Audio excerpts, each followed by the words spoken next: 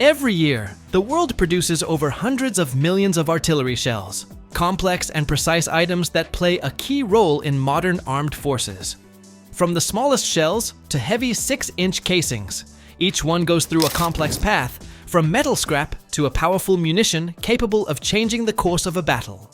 Huge factories work continuously, using the latest technologies and high-precision equipment to provide armies worldwide with reliable and effective weapons. In this video, we will delve into the process of manufacturing artillery shells. From metal processing and forming the casings to filling with explosives and testing the finished product. Get ready to see how millions of tiny details turn into a formidable weapon, and understand why this is so important for the security and defense capabilities of countries. Don't miss it. It will be spectacular and extremely interesting. The production of artillery shells begins with the selection and preparation of the metallic material. The basis for most shells is high-quality steel, which provides the necessary strength, heat resistance, and accuracy. Metal for blanks is usually supplied in the form of large rolls or sheets, with thickness ranging from a few tenths of an inch to several inches, depending on the caliber of the shell. In the United States, annual steel production is approximately 87 million tons, or about 96 billion pounds. From this enormous quantity, a certain portion goes to the defense industry, where the metal undergoes strict quality control and certification. For example, special alloy steel is used for artillery shells, which has increased strength and corrosion resistance.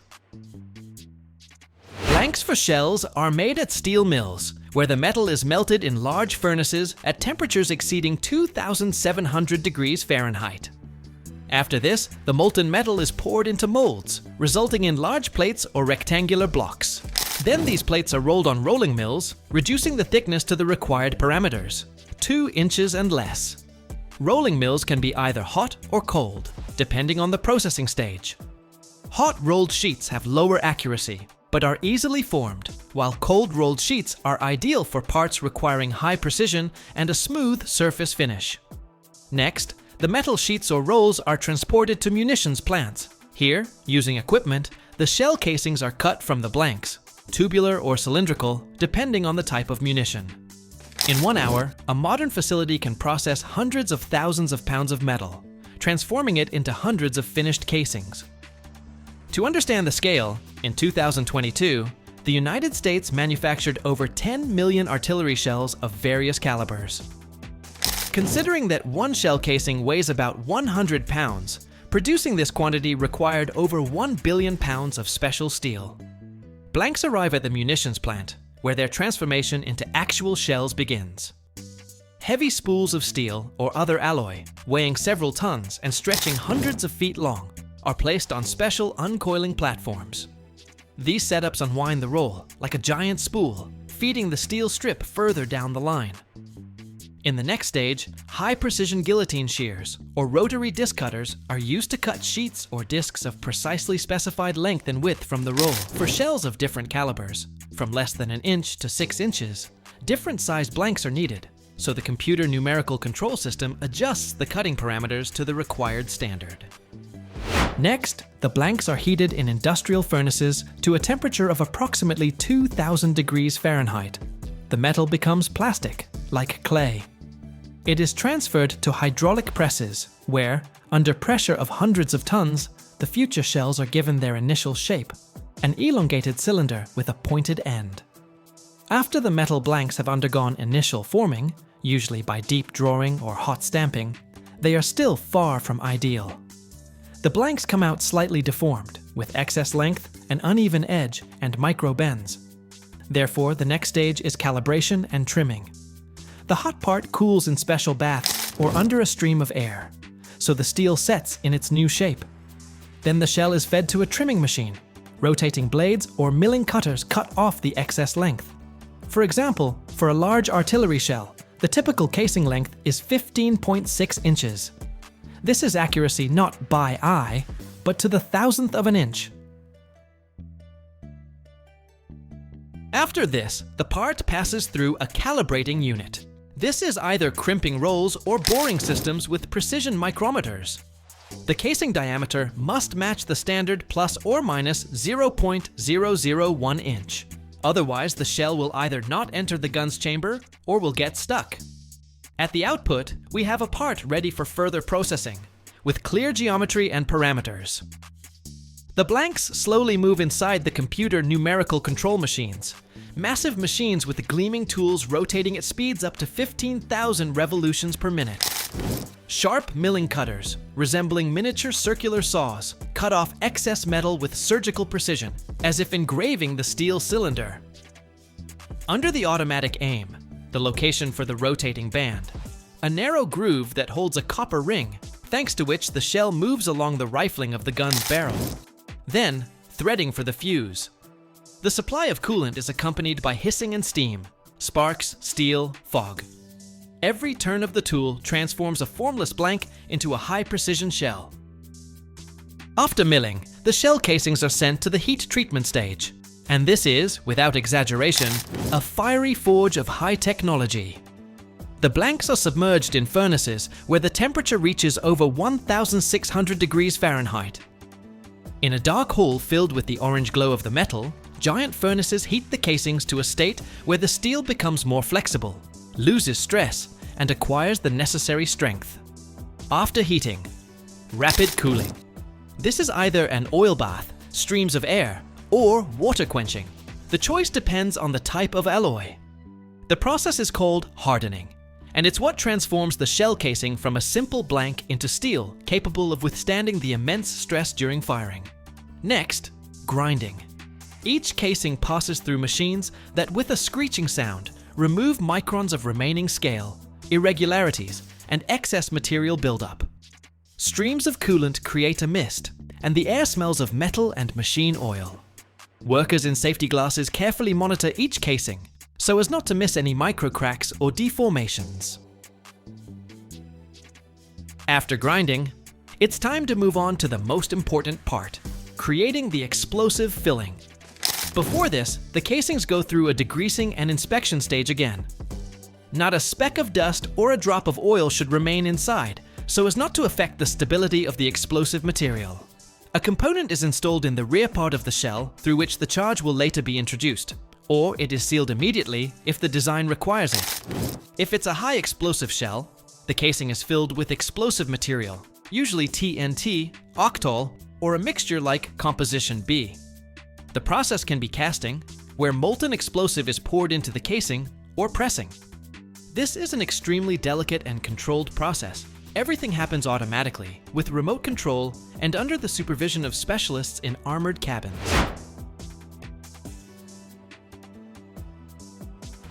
A socket for the fuse or the fuse itself is inserted into the nose part of the shell, either immediately before use or during manufacturing. Everything is sealed to prevent moisture from entering. In the final stage of manufacturing, artillery shells enter the paint booths, large rooms with exhaust fans, filters, and automated sprayers. Here, the shell casings are covered with a special paint that not only marks the type of munition, but also protects the metal from corrosion during storage or transport. The color matters. Yellow, for high explosive fragmentation, green, for smoke, black, for armor piercing, and blue often indicates training rounds. The paint is applied evenly, in a thin layer, usually in several passes, so as not to exceed the permissible weight of the shell. After drying, marking follows. Caliber, shell type, serial number, batch number, production date. This is done with a stencil or using an industrial printer. Every detail matters. Military personnel need to quickly identify exactly what they have in front of them, under what conditions it can be used, and from which batch it came. Every year, the world produces over 60 million metric tons of aluminum, and a significant portion of this metal is turned into key parts for automotive engines. Did you know that over 75% of modern engines have aluminum cylinder heads? This choice isn't accidental. Lightness, strength, and the ability to withstand high temperatures make aluminum an ideal material. But what happens behind the scenes in the production of these critical components? How are tons of metal transformed into complex, high-precision parts? Today, we're diving into the fascinating world of industrial manufacturing, and we'll show you the whole journey, from raw material to finished cylinder head. Cylinder heads are most often made from two primary types of materials: aluminum alloys and cast iron. As of 2025, over 75% of modern automotive engines are equipped with aluminum heads, due to their lightness, good thermal conductivity, and the reduction of the overall weight of the power unit. One aluminum cylinder head assembly weighs on average between 10 and 20 pounds, whereas cast iron equivalents can exceed 40 pounds. Aluminum for such parts isn't just metal, it's a high-quality alloy, for instance with added magnesium or copper, which provides strength at high temperatures. The main suppliers of aluminum are countries like the People's Republic of China, which provides over 60 million metric tons annually, and India.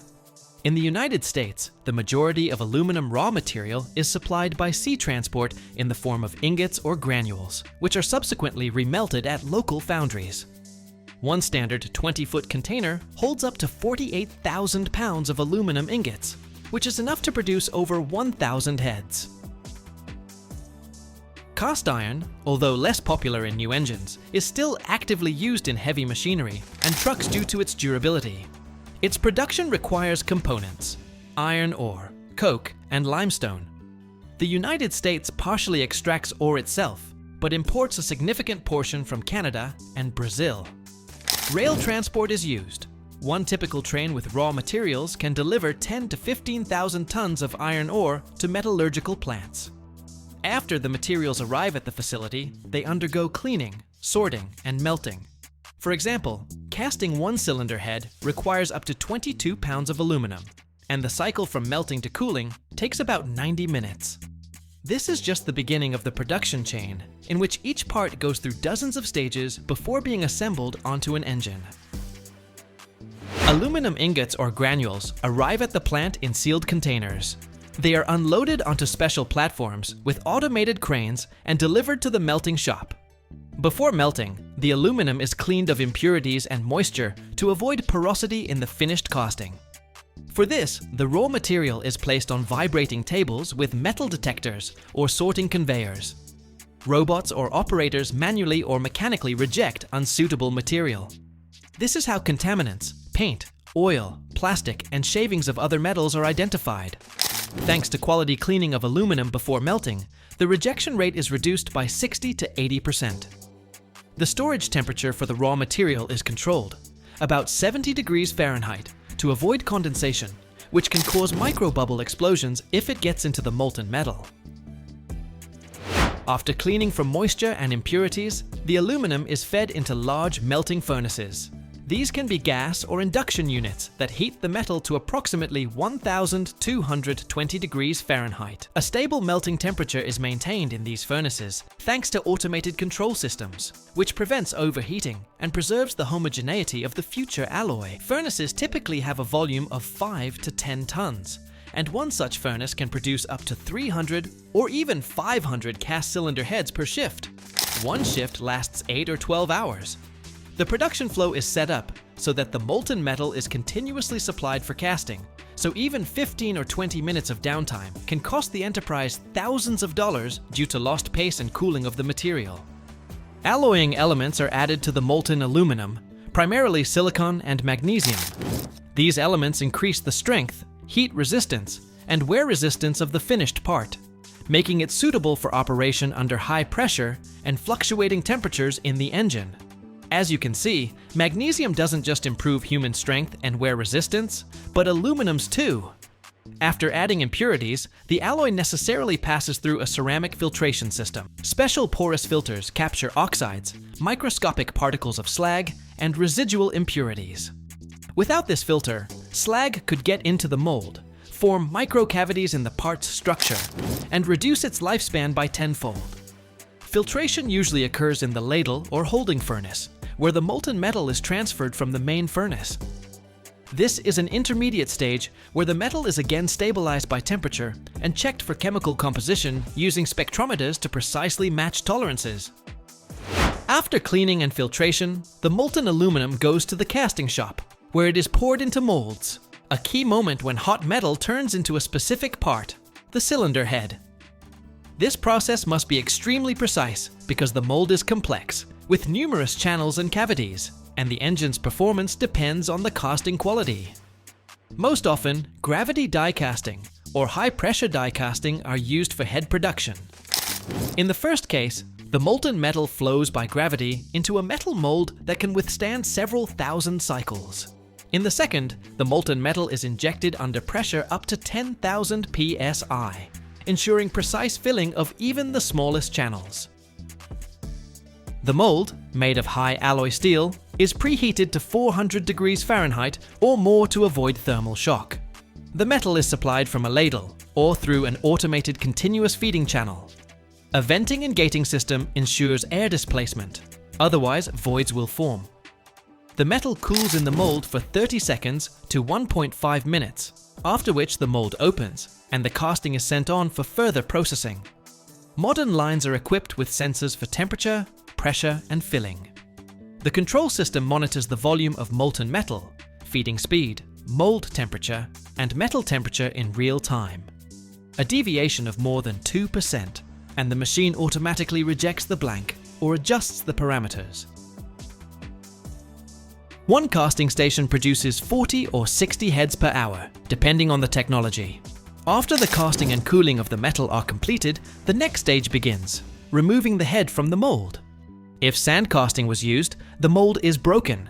It's a single-use structure made of a sand-clay mixture, so it's simply broken apart to get the casting. In the case of die casting, a metal mold is used, which automatically opens, and the part is ejected by special pushers. At this stage, the so-called gray or rough blank is obtained, an unprocessed head with gates, risers, and irregularities.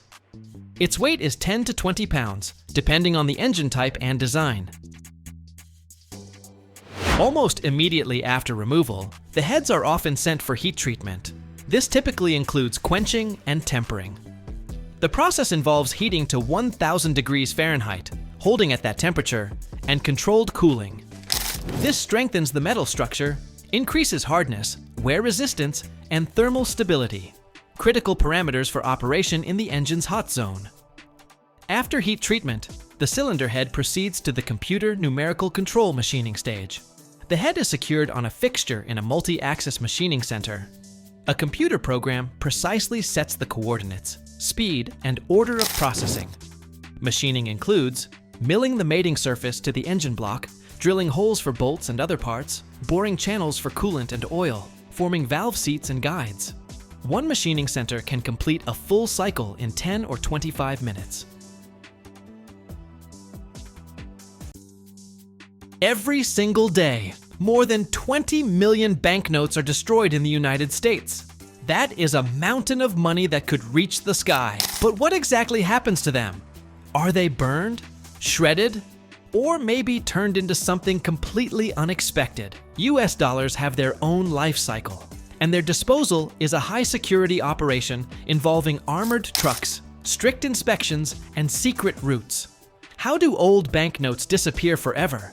And is there any way to save them? Let's find out. The dollar as a currency has a fascinating history. It all began in the mid-17th century. The first dollars appeared in the New England colonies in the year 1690, at a time when the United States did not yet have a unified national currency. Back then, the colonies issued their own money, and one of these was the so-called paper dollar. However, the true dollar as we know it today emerged later, in the year 1792, when the United States Congress passed the Coinage Act. This was the country's first attempt to introduce a single currency, establishing the dollar standard based on a silver coin. The dollar quickly became the main currency for trade and wealth accumulation, as the nation sought to create a stable and accessible monetary system that would support its economy and commercial ties. Today, the dollar has evolved into one of the world's leading currencies, used in international transactions across the globe.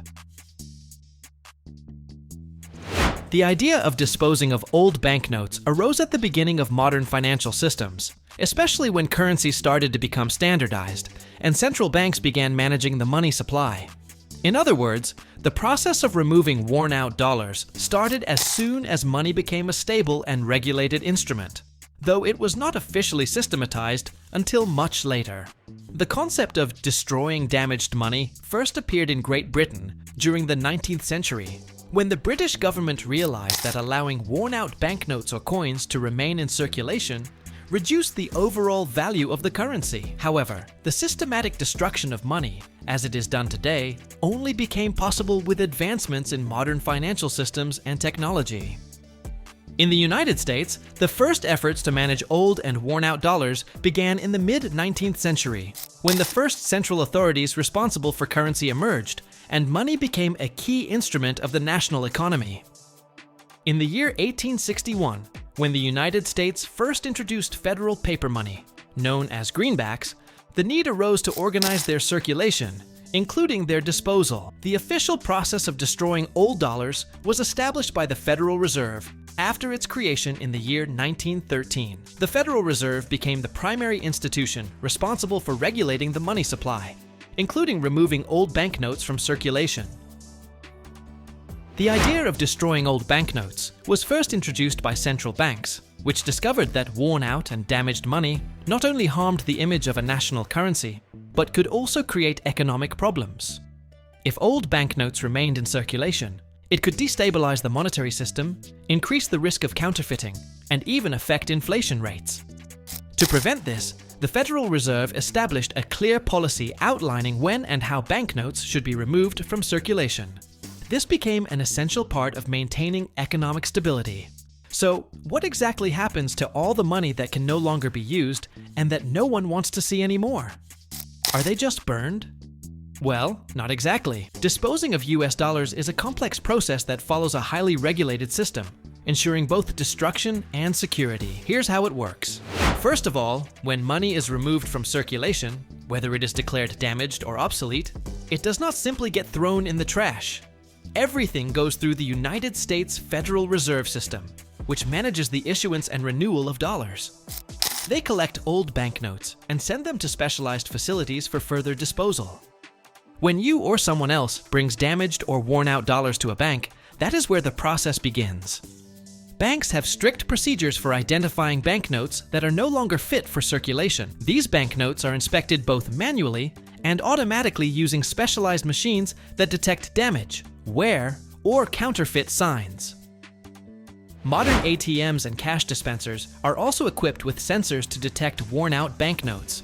If a bill is found to be damaged or degraded, it is usually placed into special compartments or sent to sorting machines in banks. Once a sufficient number of old banknotes accumulate in banks, they are sent to the next stage, the Federal Reserve. These are special facilities located across the country that inspect, replace, and dispose of currency. Several such centers exist across the United States, strategically positioned to efficiently serve all regions. The process of transporting old banknotes to the Federal Reserve or specialized disposal facilities is strictly regulated.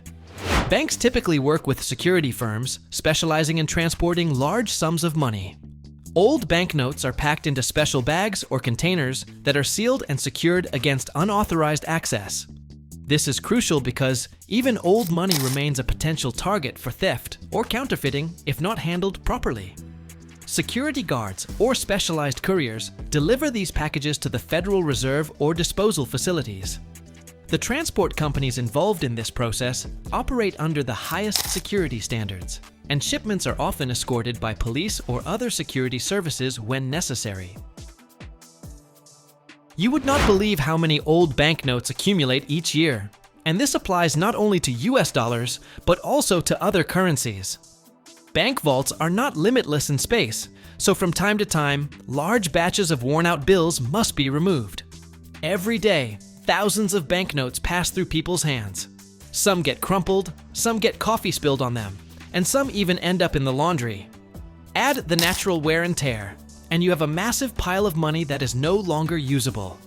Imagine this: every single day, the United States Federal Reserve destroys millions of banknotes. If you stacked them up, they would reach as high as a skyscraper. And that is just in one day. transporting such massive amounts requires trucks. Money is packed into special bags or boxes. Each container has a unique number and seal to ensure it remains unopened. And while these may no longer be real money in a traditional sense, they still hold value. So the security of such shipments is incredibly tight. It is almost like a scene from an action movie. Armored trucks, armed guards, secret routes. Except here, instead of a heist, the mission is to get rid of this money forever. A true financial thriller, right? Before the old banknotes are destroyed, they go through careful inspection. Special systems determine whether they can be reused. If a banknote still retains at least 50% of its original form, it can be reintroduced into circulation after a special treatment, such as reprocessing or trimming. This significantly reduces the cost of printing new banknotes. Every year, an enormous amount of old dollars is destroyed in the United States. For example, in the year 2020, around 7 billion banknotes were eliminated because they were too worn out to remain in circulation. This process is continuously maintained at the highest level to keep the currency stable. Some damaged banknotes are not immediately burned. Instead, they are recycled into other materials, such as fibers that are later used to produce new banknotes. This helps reduce production costs and support sustainability efforts.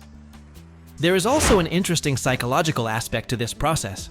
For many people, destroying money might seem like a loss of value, but in reality, it is part of a continuous cycle that helps preserve the stability and worth of the currency.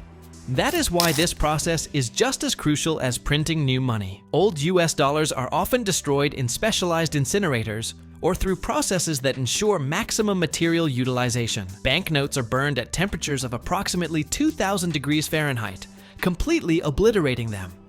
Furthermore, advanced filtration and technology capture toxic gases and other harmful byproducts to ensure safety during the process. But does it not feel strange to burn so much money? Given how much we spend daily, these sums seem enormous. However, the portion of money that gets destroyed is actually a tiny fraction of the total circulating supply. In the end, the system is highly reliable and efficient. After the banknotes are burned, tons of ash remain. Some companies repurpose this ash into materials for making compost or even bricks. This part fascinates me. Dollars get reborn and continue serving humanity in new ways. Every single day, airplanes across the world consume more than 5 million barrels of aviation fuel. This fuel is the lifeblood of aviation. Without it, not a single jetliner would take off. But have you ever wondered how it is made? From oil refineries to the ultra-pure tanks inside aircraft, the journey of jet fuel is packed with chemical secrets, strict regulations, and even technologies originally developed for military fighter jets. Today, we are pulling back the curtain on this fascinating process and uncovering all its secrets. Jet fuel is a crucial component of the aviation industry. It must meet stringent quality standards to ensure the stable operation of both turbojet and turboprop engines. The primary source for jet fuel production is crude oil, which undergoes a complex technological journey from extraction to the final product. It was obtained through the distillation of crude oil. In the year 1903, the Wright brothers made the first controlled flight with the Wright Flyer, powered by a gasoline engine. In the early days of aviation, gasoline remained the primary fuel, as piston aircraft engines required a high degree of fuel volatility. However, during the 1920s and 1930s, engineers began considering kerosene as an alternative to gasoline due to its higher energy density, making it more suitable for high-altitude flights. German engineer Hans von Ohain and British designer Frank Whittle independently developed the first operational jet engines. Can you believe it? It is true what they say. Ideas are in the air. So, in the year 1939, Germany tested the first jet aircraft, the Heinkel He 178, which ran on specially refined kerosene. In the year 1941, Britain responded to the Nazis by launching the Gloucester E into production, the first British jet aircraft. Around the same time, engineers began developing special types of kerosene that met the demands of jet engines. Military nations involved in the war experimented with various fuel formulations to ensure high energy density, resistance to low temperatures, and low corrosiveness for fuel systems. During the war, jet fuel had a primitive composition, but over time, its standards improved significantly. After the devastating Second World War, jet aviation began rapidly advancing. This created a demand for improved fuel that could provide reliability at high altitudes, better thermal stability, and the absence of harmful impurities. In the 1950s, the first standardized types of jet fuel emerged. Let's take a look at them. JP-1, developed in the year 1944, was an early standard for military aviation. JP-4, introduced in the year 1950, was a blend of kerosene and gasoline that improved performance in cold temperatures. JP-5, introduced in the year 1952, had a higher flash point and was used on U.S. aircraft carriers. Commercial aviation also introduced its own standards, and in the 1950s, Jet A and Jet A1 were introduced as the primary fuels for commercial aircraft. With the development of supersonic aviation, such as the Concorde, and new generation military aircraft, the demand for higher quality fuel increased. Fuel now needed a lower freezing point, as flights took place at extremely high altitudes. This led to the introduction of anti-static and anti-corrosion additives, improving safety. Fuel systems were also designed to prevent icing, as jet fuel could cool down to -40 degrees Fahrenheit or lower. In the 1980s, the military adopted JP-8, replacing JP-4. This new standard contained fewer volatile components, making it safer to store and transport. The 1990s marked the beginning of the modern era of jet fuel production. So, let's move on to the steps involved in making jet fuel today, starting with crude oil extraction. Jet fuel is derived from hydrocarbons found in crude oil or natural gas. There are several methods for extracting crude oil.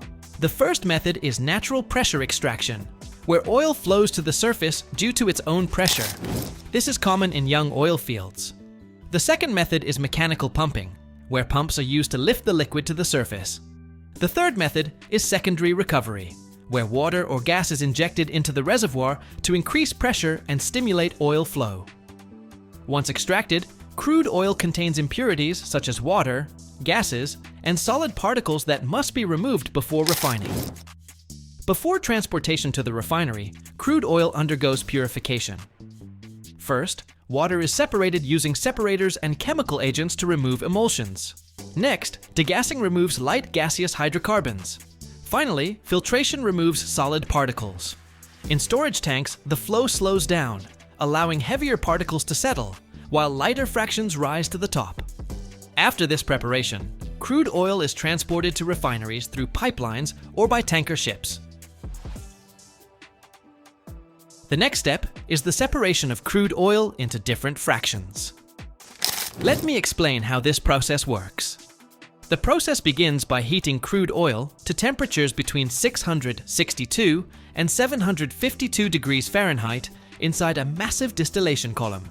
Through evaporation and condensation, we obtain different fractions: gaseous hydrocarbons, gasoline, kerosene, diesel fuel, and residual fuel oil. The gaseous hydrocarbons include methane, ethane, propane, and butane. The kerosene fraction serves as the primary raw material for jet fuel and undergoes further purification.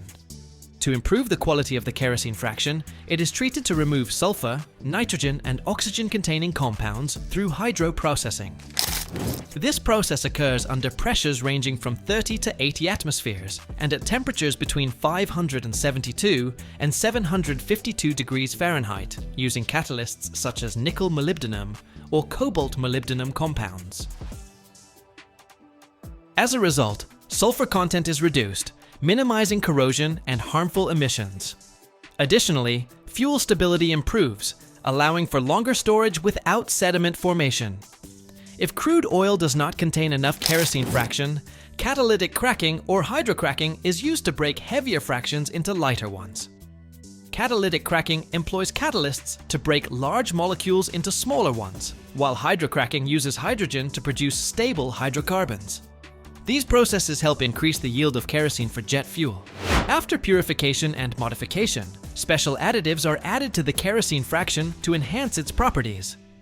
Antioxidants prevent sediment formation and maintain fuel system cleanliness. Anti-static additives reduce the risk of electrostatic charge buildup during refueling. Anti-corrosion agents protect fuel tanks from corrosion. Anti-freezing additives ensure stability at low temperatures. After additives are introduced, the fuel undergoes final filtration and preparation for distribution. To meet international standards, jet fuel undergoes strict quality testing. Viscosity determines fluidity at low temperatures. The freezing point for Jet A1 must not exceed -52.6 degrees Fahrenheit. The heat of combustion must be at least 18,400 British thermal units per pound. Water content must not exceed 0.46 two-thousandths of a grain. Electrical conductivity ensures safe refueling without sparks. If the fuel fails to meet standards, it is sent for reprocessing. And now, we reach the final stage of our journey. The finished jet fuel is stored in tanks with moisture and temperature protection. It is transported primarily through pipelines to airports. Large volumes are shipped by rail tankers. Tanker ships handle international deliveries. Trucks deliver fuel to remote airports. During transportation, it is crucial to prevent contamination with water or foreign substances that could compromise fuel quality. By the year 2025, the United States is projected to consume nearly 2 million barrels of aviation fuel per day, totaling approximately 86 million tons per year. As one of the world's largest consumers of jet fuel, the global demand is expected to be significantly higher. The aviation industry is actively working on developing renewable jet fuels to reduce greenhouse gas emissions and improve sustainability. With advancements in technology and environmental regulations, the future will see wider use of biofuels and synthetic alternatives, making aviation more eco-friendly. And most importantly, jet fuel keeps airplanes flying. The next time you board a plane for a vacation or business trip, remember the complex production process that brought that fuel to the aircraft. I think it is worth it. What do you think? What do rockets and a fabric stronger than steel yet lighter than plastic have in common? And how do engineers create technology that withstands 17 million pounds of thrust, the freezing cold of space, and temperatures in the thousands of degrees? Today, we'll uncover the secrets behind rocket construction, from revolutionary materials to million-dollar final tests. Get ready, this journey will leave you in awe. First off, a rocket isn't just a metal cylinder with engines, as it might seem at first glance. Turns out, many of its components are made of advanced materials called supermaterials. Take carbon fibers, for instance. They're incredible. Imagine a fabric that's lighter than plastic, but stronger than steel. These fibers are woven into thin layers, almost like a carpet, then infused with special resins and baked. This process creates the rocket's body, capable of withstanding extreme stress. Picture this. In just 1 square inch of carbon fiber, there can be up to 50,000 individual fibers. Each one is only a few micrometers thick. That's thinner than a human hair. Let's dive deeper. Carbon fibers are made from a polymer called polyacrylonitrile, or from carbon residue in petroleum. The process begins with long, thin threads of this polymer. These threads are heated to extraordinarily high temperatures, up to 5,500 degrees Fahrenheit. During this process, organic components are removed, leaving nearly pure carbon composed of tiny yet incredibly strong crystals. These crystals in carbon fibers are aligned in one direction, like perfectly arranged bricks in a wall. This alignment gives the fibers extraordinary tensile strength. Plus, they're highly heat resistant, making them perfect for the harsh conditions of space, where temperatures can swing by hundreds of thousands of degrees in either direction. For rockets like the Falcon 9 from SpaceX, carbon fibers are often combined with epoxy resin to create composite materials. These composites are used for fuel tanks, bodies, and even protective shells, anything that needs to be strong yet lightweight. Carbon fibers are produced in specialized factories, most of which are located in Japan, the United States, and Europe. Companies like Toray Industries and Hexcel are leaders in this field. From these factories, the fibers are shipped to facilities where rockets are built. The weaving of carbon fibers happens on specialized machines called automatic winding machines or robotic braiding systems. At the center of the process is a massive mold shaped like a cylinder or cone, which becomes the rocket's body. Fibers are carefully wound around this mold. The winding isn't random, it's precisely calculated. Layers of fibers are laid at different angles to ensure maximum strength and resistance to stress. It's similar to making plywood, multiple layers with different grain orientations, but on a nanotechnology level. This research took me a long time, and I pieced together this video frame by frame over several weeks to show you. I hope you enjoy it. Now, let's see what happens next. After the body is woven, it's time for the resin. Resin is evenly applied to the fibers to create a strong composite. Think of it as gluing layers of paper together, except instead of paper, you have carbon fibers, and instead of glue, you have specialized polymer resins. Once the body is ready, it goes into a massive oven called an autoclave. Here, at about 400 degrees Fahrenheit, and under high pressure, the resin hardens into an ultra-strong material. This step is critical because, without it, the body couldn't withstand the enormous stresses and temperatures during a rocket launch. This process typically happens in specialized hangars or production facilities. For example, SpaceX's Gigafactory, enormous, immaculately clean spaces. Robots and automated systems control everything to ensure not a single speck of dust interferes with creating the perfect rocket body. The size of the machines and molds is staggering. Imagine a cylinder tens of feet long and several feet in diameter. Access to these top-secret facilities is required to witness this incredible machinery in action. They say it's a sight that's out of this world. As you might guess, I couldn't see everything with my own eyes. The completed SpaceX Falcon Heavy rocket is 230 feet of pure engineering brilliance. It weighs over 3 million pounds, that's the weight of about 7 blue whales, and can lift 140,000 pounds of cargo into orbit, more than a fully loaded Boeing 737 with passengers, fuel, and luggage.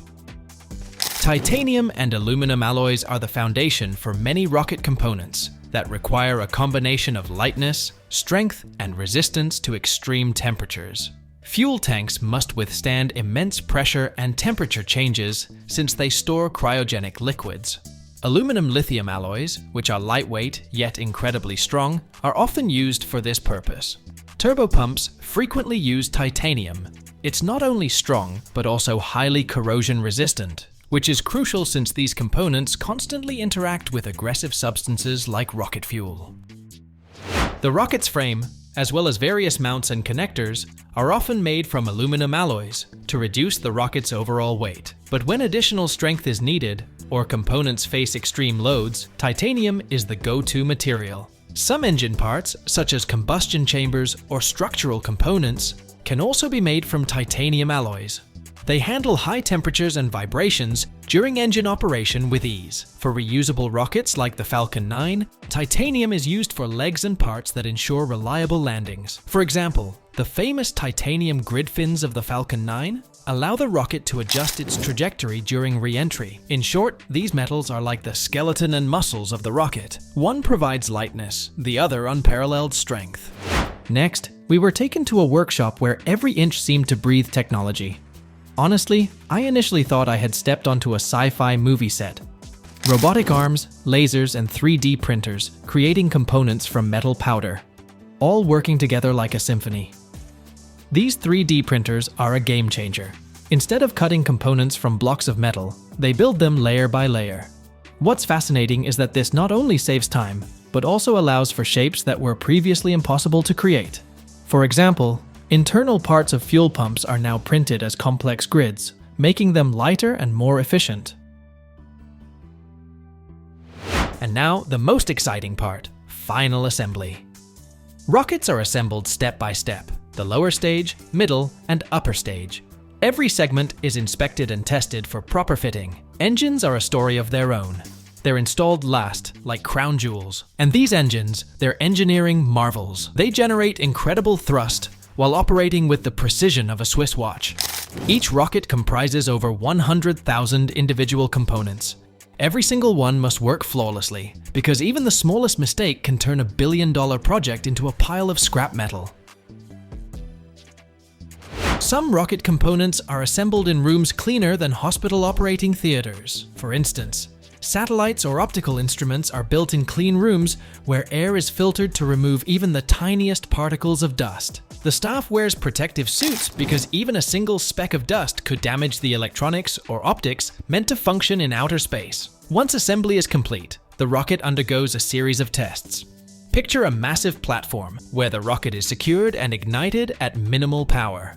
Engineers check everything, from tank pressure to engine behavior.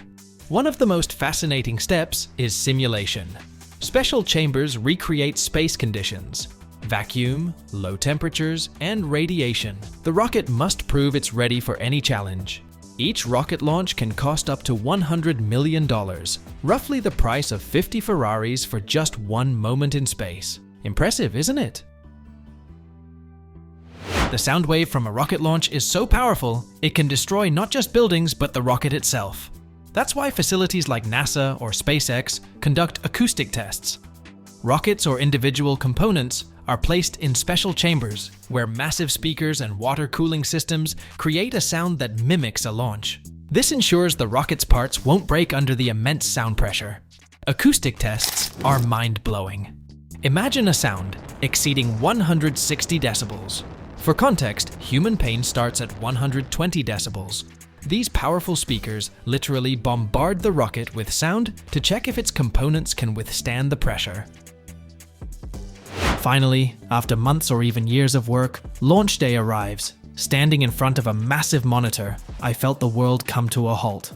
The countdown, the roar of the engines, the clouds of smoke, and the rocket rises into the sky, leaving a fiery trail behind. This is the moment when every bolt, every detail, and the efforts of hundreds of people come together. When a rocket launches, its engines generate over 17 million pounds of thrust, enough to lift an entire island or power a small town for an hour.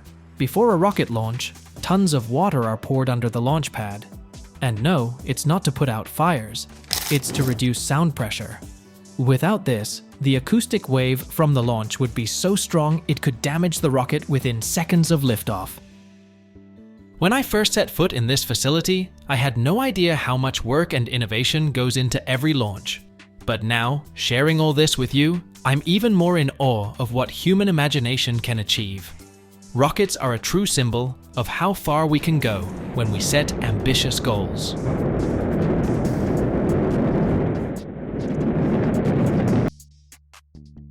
Have you ever wondered how many times aluminum can be recycled? Imagine this. One can you drank from today could be back on the shelf as a brand new can in just 60 days. And here's a jaw-dropper. Over 120,000 aluminum cans are used every minute worldwide. But wait, there's more. In the United States alone, enough cans are recycled each year to cover 3,000 football fields. Why is recycling aluminum so critical? How do these tiny metal heroes make such a massive impact on the planet? Let's dive into this video where every statistic amazes, and the transformation process will leave you inspired. The journey of recycling aluminum cans starts with collection, a crucial step in the recycling chain because timely gathering of raw materials ensures efficient processing later on. Most aluminum cans are collected through specialized waste collection systems in cities and communities. Many countries have waste sorting programs encouraging consumers to deposit empty cans in dedicated metal recycling bins. In the United States, there are widespread redemption centers where consumers can return used cans for a small cash reward or discount, incentivizing eco-friendly behavior. These programs are also common in parts of Europe and Australia. Some regions even organize campaigns where individuals can bring used cans to special recycling stations, making it easier to gather metal waste while reducing environmental pollution. Globally, about 120,000 aluminum cans are used every single minute, a staggering number that highlights the importance of efficient recycling. Many stores feature special bins for collecting empty aluminum cans, especially in areas with popular deposit systems where consumers can return packaging for a refund, often earning a few cents for each can. Beverage manufacturers and packaging companies also participate in the recycling process by sending metal waste from production to collection centers. This applies to used cans and leftover aluminum elements from the manufacturing process. Some recycling systems even include automatic waste sorting at the collection stage. Advanced technologies like magnetic separators are used to extract aluminum from other metals and plastics efficiently. In regions without such systems, manual sorting is still the norm. In the United States, the aluminum can recycling market is valued at over $1 billion annually. This massive industry injects revenue back into the economy, fueling businesses that recycle and produce new products from repurposed metal.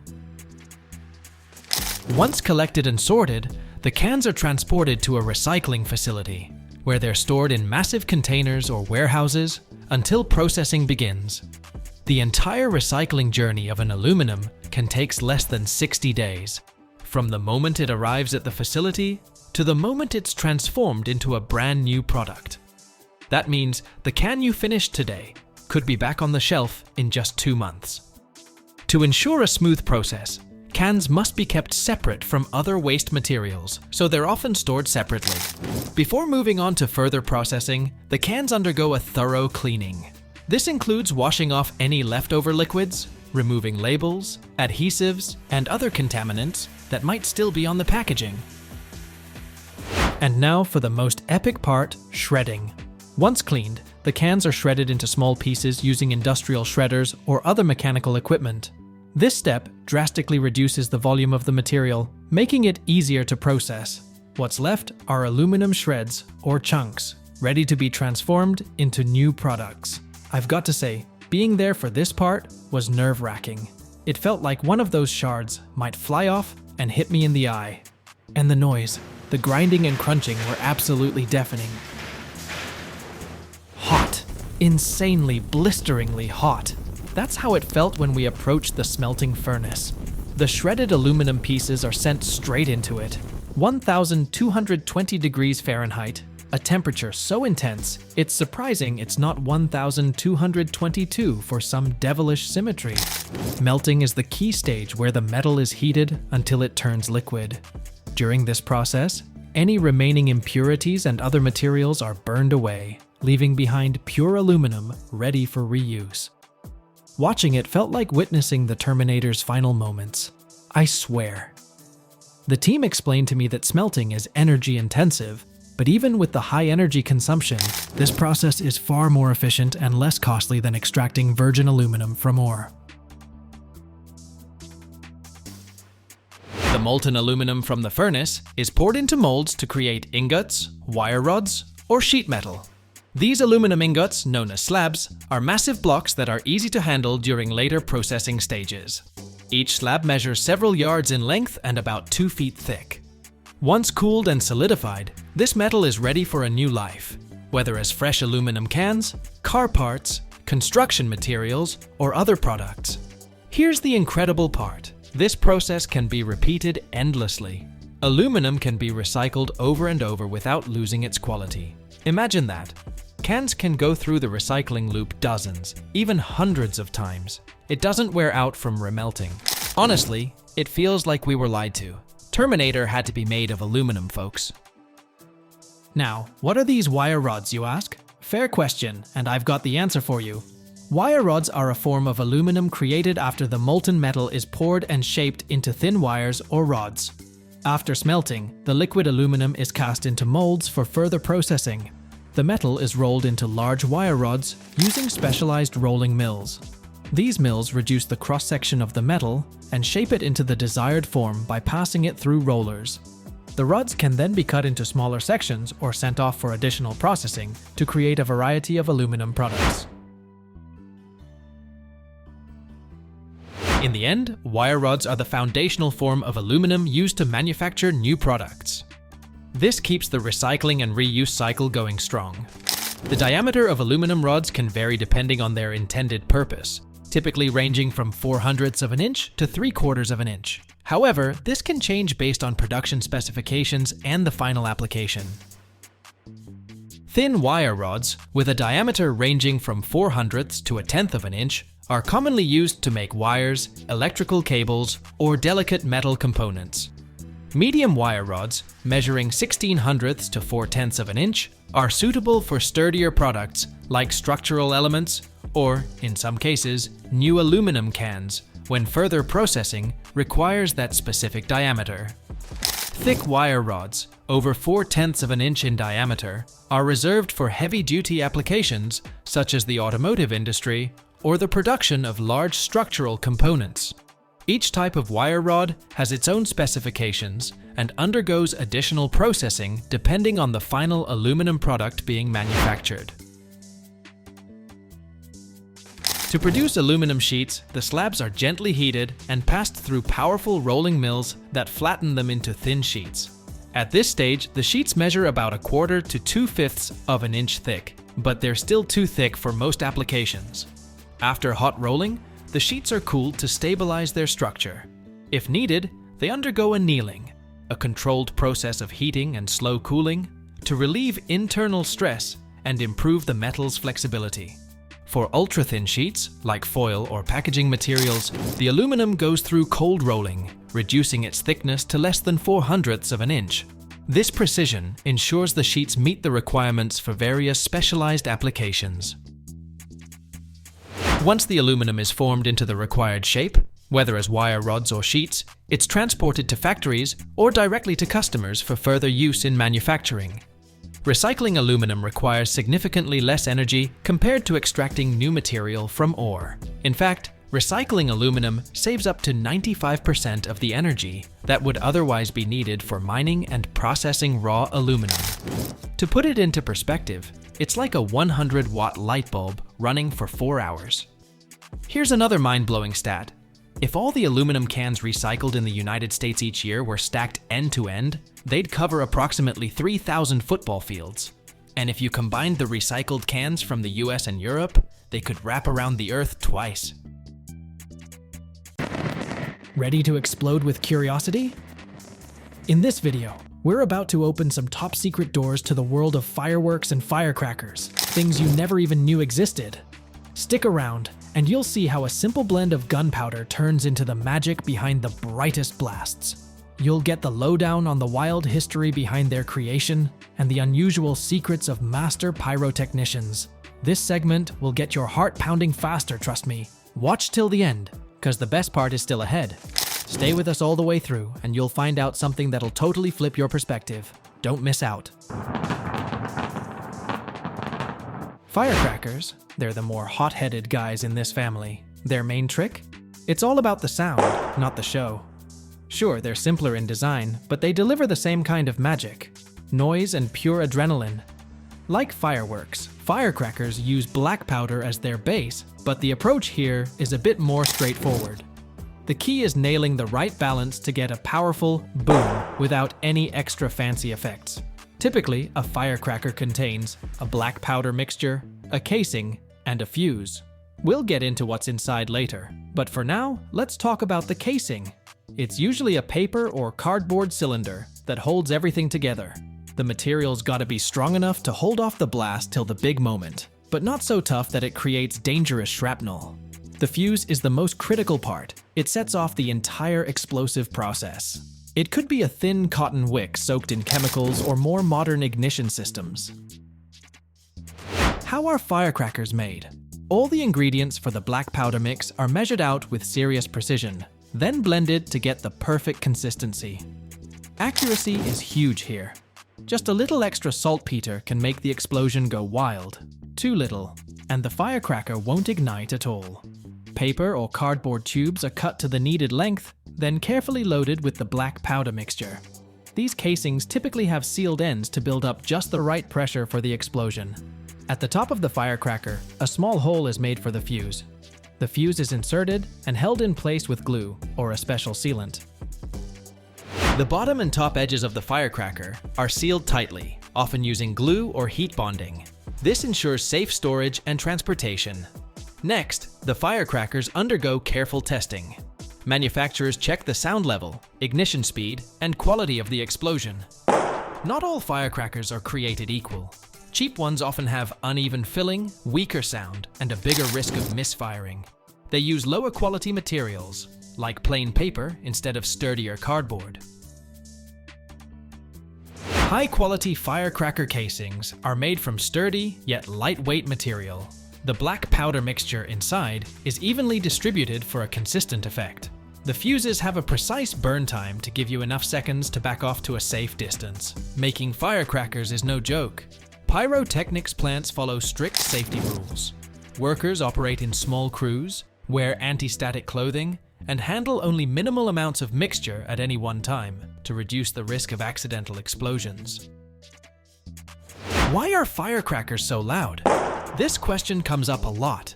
The deal is, a firecracker's explosion isn't just a chemical reaction. It's a massive release of energy in a confined space. When the powder burns, it releases hot gases that expand super fast, creating a powerful shockwave. And since the casing is tightly packed, that wave comes with the trademark boom sound we all know. The word firecracker comes from the French pétard, meaning a blast. Like fireworks, firecrackers trace their roots back to China. Initially, they were used to scare off evil spirits, and only later did they become a popular form of entertainment. Today, firecrackers are an essential part of many celebrations and festivals around the globe. But their history shows that even the simplest things can have deep roots and a fascinating evolution. So, the next time you hear that familiar bang, remember just how much skill, history, and technique is packed into each tiny firecracker. When it comes to making fireworks, you also start by mixing gunpowder with other components. If you think of gunpowder as the engine of the firework, then the other materials are the artists who create that explosion of color, light, and shape. To get bright sparks, you need metal powders like aluminum, magnesium, and titanium shavings. For vivid colors, you rely on metal salts such as strontium, barium, copper, and sodium. To boost the energy of the blast, you add ingredients like potassium nitrate, perchlorates, and charcoal. These act as oxidizers and fuels. And to hold it all together, you use binding agents like water-soluble glues. Each component is first ground into the finest possible powder. Picture shining metal particles dancing in the light as the master prepares them for blending. These powders are so lightweight, it's almost as if they're suspended in midair, like some kind of magical dust. The most important step starts when the ingredients go into a mill filled with ceramic or wooden balls. These balls rotate gently, grinding the mix into a perfectly uniform blend. There's a soft rustle and a light tapping sound, kind of a subtle rhythm, reminding you that a future burst of colors is being born. As for mixing the ingredients by hand, at traditional production sites, this step is done with great care and reverence. Specialists slowly and carefully blend the ingredients with wooden or copper paddles. Why so slow? Because even a single stray spark could set the whole thing off. The mixture looks like a shimmering sand, where each component has its role to play. To avoid accidental explosions, the mixture is often moistened. Water doesn't just make the process safer, it adds a sort of mysterious alchemy, as gunpowder and colorants form tiny granules. The smallest mistake can cause a tragedy. You know what pyrotechnic masters do before they start working? They remove all metal objects, even wedding rings, to prevent sparks. In many labs, cell phones are strictly forbidden, and employees wear anti-static clothing. Even the air matters. Conditions are kept humid enough so that mixes don't dry out and become dangerously volatile. Before packing the mixture into the casing, the masters test how it burns. A small sample is ignited, and everyone holds their breath. Is that the perfect shade of blue? Are the sparks bright enough? It's like a dress rehearsal before the big show. Creating shapes and colors. That's the coolest part of production. Want a heart or a star in the sky? It all depends on how the stars are arranged. These are tiny pellets with a special composition. Where'd those brilliant reds, greens, and blues come from? All thanks to chemical compounds. For instance, barium makes green, strontium makes red, and copper makes blue. Once all the components are prepped, the next crucial step is filling the casing, where the heart of the future firework is born. It's right here that the explosive mix and colorants become a finished product, capable of painting the night sky in every color of the rainbow. The casing is a shell that holds all the fireworks parts together. It's made from special materials that can handle high pressure and heat, yet remain light enough to shoot into the sky. Cylindrical shapes are perfect for forming sharp patterns like rings, chrysanthemums, or peonies, while spherical shells create symmetrical three-dimensional effects, like a glowing orb exploding into hundreds of sparks. The filling process is super important, because the exact placement of components ensures the desired effect. Let's break it down step by step. First, you take cylindrical or spherical shells, usually made of cardboard, plastic, or specially treated paper with fire-resistant properties. Spheres typically come in two halves that will be joined later. It's crucial that the casing is airtight. That guarantees the explosion happens at the right moment with the right intensity. The black powder charge, acting as the main engine, sits at the center. It's responsible for propelling the firework skyward and making sure it explodes properly. Around that charge, the colorants and special effect mixtures are arranged. Each tiny star element is placed by hand or using special machines. These stars are what we call the pellets that burn in the sky. For spherical shells, these stars are placed evenly, so that when it explodes, it forms a perfect sphere of light. In cylindrical shells, charges are often laid in layers or formed into specific patterns, depending on the planned effect. One standard spherical firework can hold about 200 to 300 pellets. Large, multi-layer shells might have over 1,000 of them. To ensure the firework explodes at the right time, a time delay fuse is added, a small tube filled with a slower burning composition. This timer connects to the main charge, providing a delay between the rocket's launch and the burst in the sky. After all elements are in place, they're secured with a special paste or paper spacers. This keeps every component locked in position during the launch. The casing might then be wound tightly with string or glued for extra rigidity. Crafting one large professional-grade firework can take up to 4 hours, considering all the careful assembly and testing. For a massive show with several thousand shells, pyrotechnicians might work for a few months straight. The spherical shape is the classic standard in pyrotechnics, giving an even spread of stars and creating that perfect circular effect. Filling such a shell requires even more skill. Each star is placed by hand around the central charge. It's all on the master's shoulders. How the components are arranged will define how the explosion looks. For example, to create a smiley face in the sky, the pellets are laid out in the shape of a face. When the powder ignites, those pellets spread out just right, forming the intended pattern. Every year, over 200,000 short tons of fireworks are produced worldwide. China is the leader here, accounting for about 90% of the global output. For major holidays, like Independence Day in the United States or New Year's Eve in Sydney, up to 10,000 separate fireworks might be launched in a single night. Such a display can last over 20 minutes and sometimes costs as much as $5 million. Despite the beauty of fireworks, safety stats are pretty alarming. In the United States each year, up to 10,000 injuries are reported due to improper use of pyrotechnics, with about 70% of the injured being young people under 20 years old.